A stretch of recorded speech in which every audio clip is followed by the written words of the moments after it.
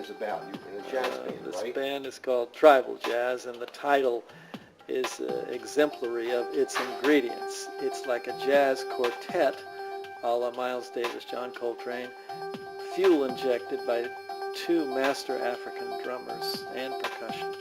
So it's jazz, but even in a place like this, at the end, people would get up and move. You can't not move. Who would you love to do a love scene with in a movie if you had the chance?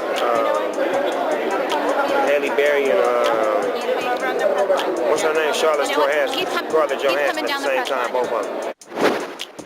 Now, I also get invited to a lot of secret Hollywood parties where the stars let their hair down and get crazy and have a good time. So I can deliver footage of those kind of events. Here I am walking up the driveway of a mansion in the Hollywood Hills where I'm going to attend the Hollywood party.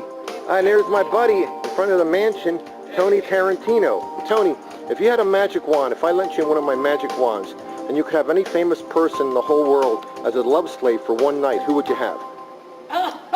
Angelina Jolie. Now, you did a song here with John Cicada, right? You're right, John Cicada, yep. John Cicada, right. Now, how did that come about? How did you hook up with him? John knew the producers, Tim Mitchell and George Noriega, very well. So he was actually brought into as part of the writing team. Oh. So we co-wrote 3 songs together. Oh. And then when this ballad came about, we were all thinking, like, who do I do the ballad with? And then I was like, okay, I need a voice that's sultry. I need a voice that has range. I need a voice that, a man that's got passion. And all of a sudden it was like, John!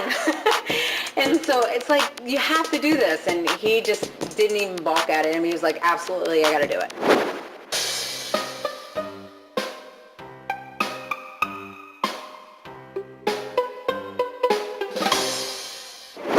What's the message of your book in like a few words?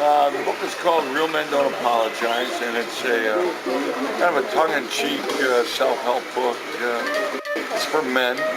It's really about the premise about honoring women and being the man that women really want to have. Right. I was like, okay, I need a voice that's sultry. I need a voice that has range. I need a voice that, a man that's got passion.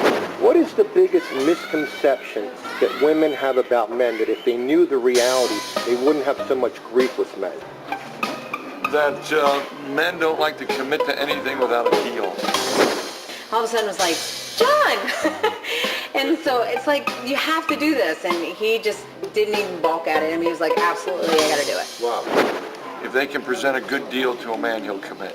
I don't know a lot about jazz, but I know some people listen to jazz when they study. Some doctors use jazz when they operate on people's brains. But this is danceable jazz. Well, I mean, with African drums, that's the Right. part that makes you move. So, you know, there's improvisation on top of that, but there's very rhythmic drumming. Now, getting a song played on the radio is up to the program directors. And I know a lot Right. of people try to impress program directors. Has this ever crossed your mind?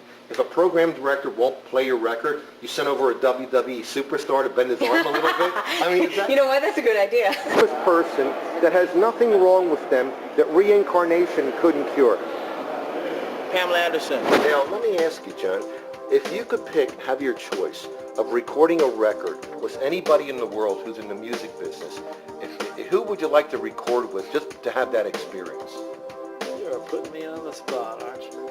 Oh, I wouldn't mind playing with Herbie Hancock, for example. Let's say that this is going to go multi-platinum several times over. In fact, we're going to generate good luck by doing a special effect for the camera.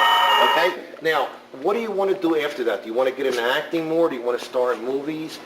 What is your long-range goal? Well, I love entertainment. I've always been involved in entertainment from when I was little, but I definitely, one thing that I want to do with this is tour. I think it's very important for me to perform as an artist. I love performing. The stage is just secondhand to me. It's my home. Okay. So I want to get on some kind of opening act and then eventually evolve into the act. The primary. Yeah, absolutely. Right. And then from there, but in the meanwhile too, I've been acting since I was little too. So I love acting. I love movies and TV and you bring it on. Anything that has to do with entertainment, I'm there. What is the craziest and most daring thing you ever did in your life get the attention of someone that you were romantically interested in? No, I did bungee jump in Mexico under the influence by my ankles with a skirt on. That sounds like the beginning of a bondage film. Look at you.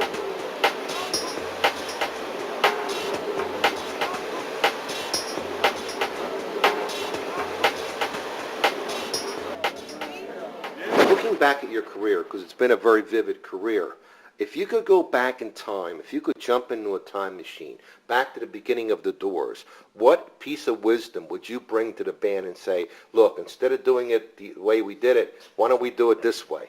What piece of wisdom? I'll tell you, my friend, that's kind of similar to this question I get sometimes. If you had it to do over again, would you do it different? Right. My answer is yes and no. Right. Because, of course, I would do it different. I hopefully have learned, and then I would, evolve. But if I did it different, then I wouldn't be who I am right now in this moment, and I'm pretty happy with my music. I'm in a band that is still challenging my drumming, and I'm very proud of the Doors. But I got a couple guys in the band that are half my age. They keep me alert.